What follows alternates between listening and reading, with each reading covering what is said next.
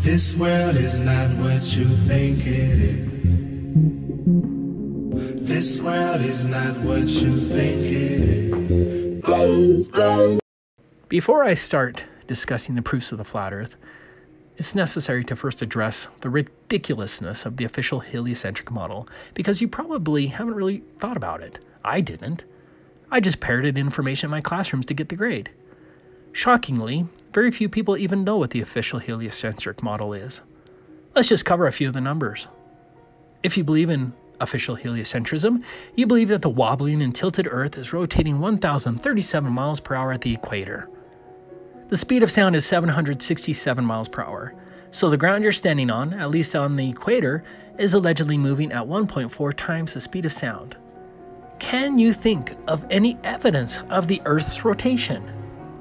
Wouldn't you think that this movement would be evident in the atmosphere, that airplanes, clouds, and weather balloons would be affected by the ground's movement at 1,037 miles per hour? The fact is that there's no evidence of the ground's rotation whatsoever. Foucault pendulums and the supposed Earth's Coriolis effect are nonsense. They are absurd lies. Second, if you believe in heliocentrism, you believe that the Earth is moving in its orbit around the Sun at 66,600 miles per hour. Even Einstein said you can't detect the Earth's movement by any optical experiment. So why do you believe in this nonsense other than you just take it on faith? But it doesn't end there.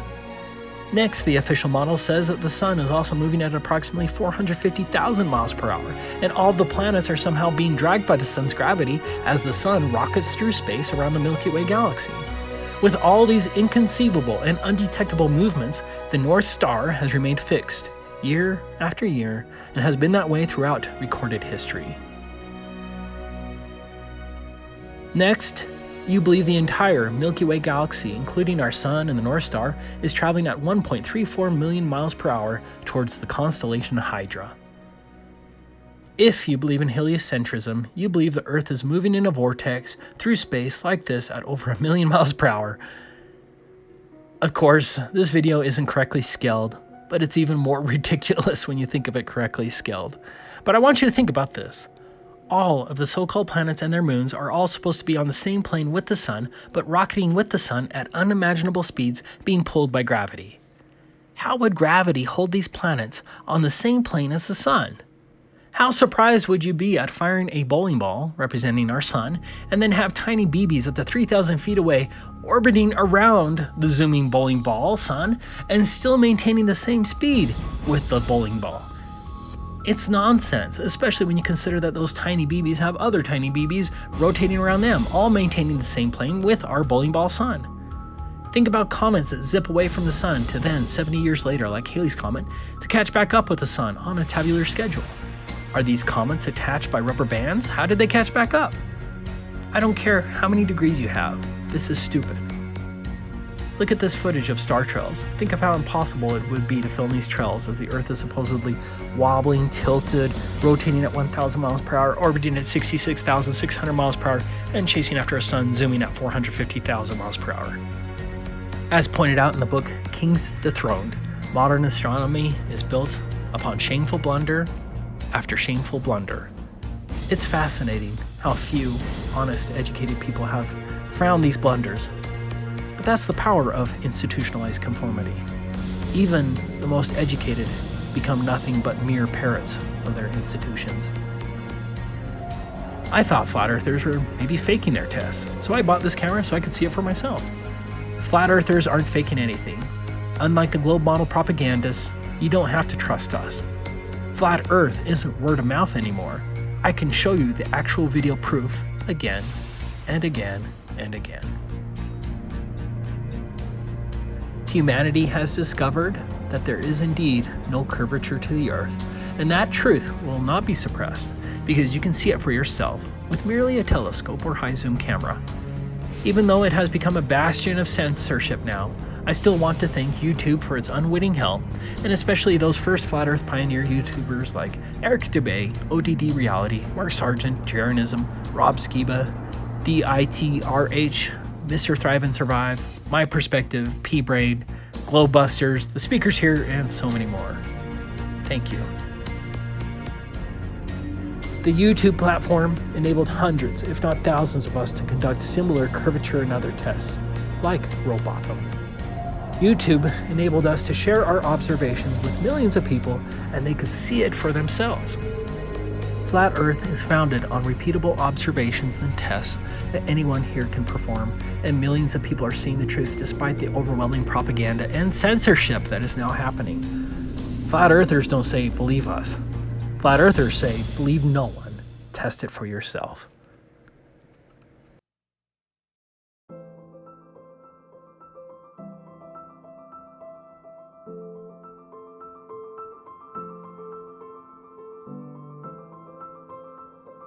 I'm also going to really just put the nail in the coffin of the heliocentric model. I understand that you go through the stages of grief when you realize that you've been lied to. You're going to feel angry, you're going to bargain, you're going to all this stuff. I understand.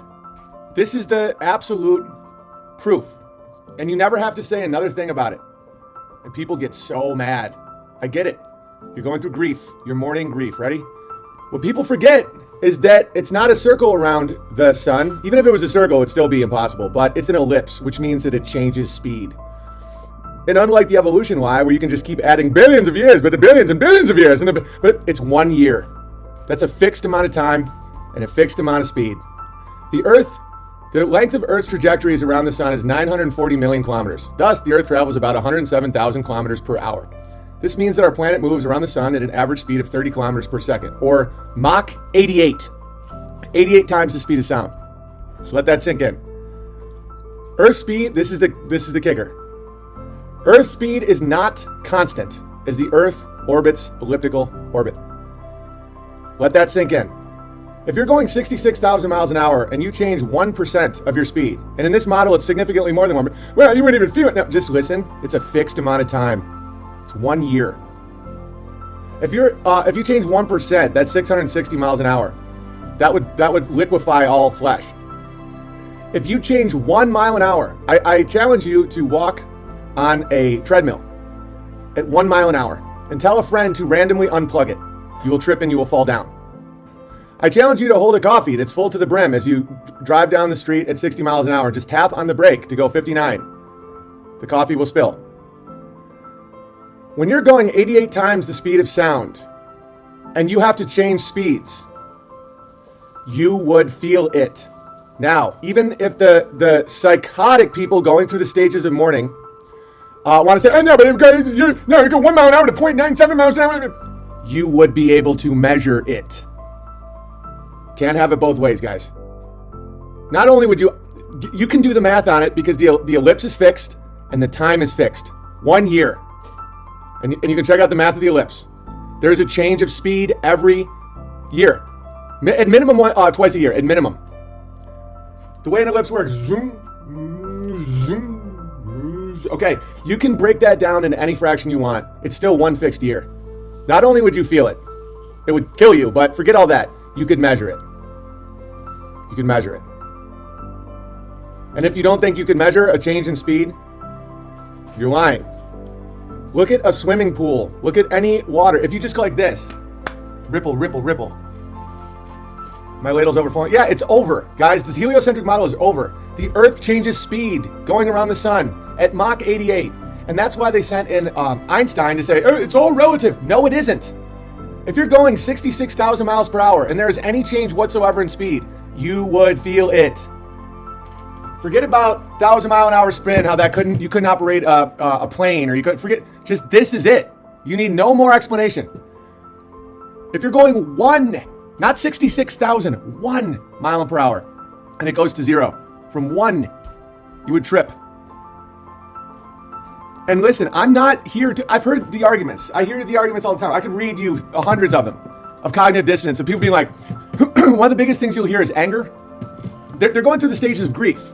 I don't know if you realize that. That's what it is. I deal with this all the time. It's one reason why my band hammer is so intense. It's grief. They'll get mad at me. They'll say, you, sir, how dare you? I mean, it's so easy to understand. Even an idiot could. LOL. I mean, inertia and vortex, man. That's grief. And then they'll bargain. Well, it could be that. It just keep, and then depression. Well, what do we do now? I mean, my whole childhood. Just stop. It's not that big a deal. It's more beautiful that it isn't spinning endlessly around the sun. It's way better. It's just like, And this is one of those torpedoes that you can't get around. And there's people that spend their whole day, I think, just trying to troll me and just being like, you sir. It's like, how dare you? That's 1% of speed change, which is, it's way more than that in the given ellipse, in the given year. You can't change the numbers. The calendar year is set. The rotation is set. So you can't do what they do in evolution. Say, well, in 20 billion years, a hurricane can just create a Ferrari. No, you can't just keep adding years. 1 year, 1 ellipse, change in speed. How do you not measure it? How do you not feel it? How do things not fall over? We're talking about Mach 88. 1% change would liquefy all flesh. There's more than 1% change in speed in the given ellipse, in the given year, in a given moment. It's not okay to think that the Earth is flat.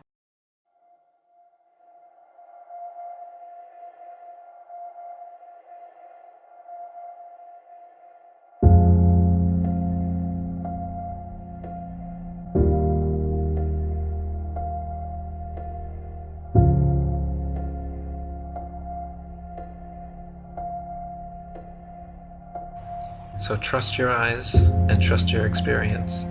Trust your feeling, trust your intuition. Look out, see the horizon flat. Feel for yourself. You're not moving. Just sit still.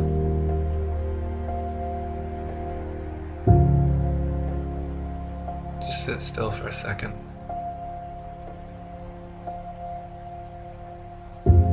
You're not moving.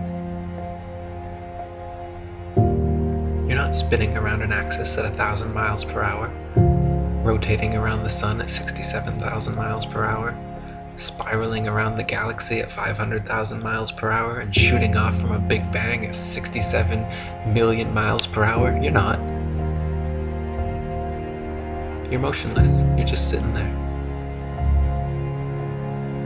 Just sit still. What does that even mean, sit still? You think you could sit still with all those motions? Does it feel like you're moving? Feel that? Same thing you've always felt? Nothing? Ever? Nobody's ever felt movement? Nobody's ever seen the earth move. Nobody's ever seen the earth curve. Maybe you just got fooled by some Masons.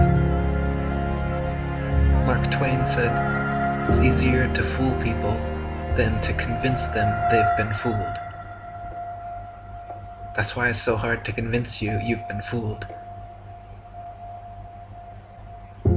You can't possibly believe that you and the rest of the world could have been lied to and deceived by these Masons. The oldest and largest secret society in the world, over 5 million members, all over the world, existing for hundreds of years. But not you, right? They couldn't fool you. Of course you're spinning around. Of course you are. That's what they told you in school. They don't lie to you in school.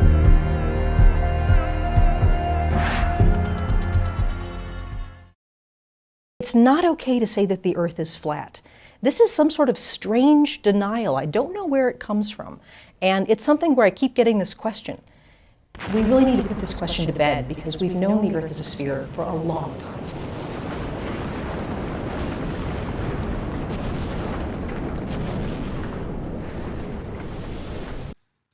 I think the fucker's flat. I don't give a fuck. I don't think it's spinning for shit.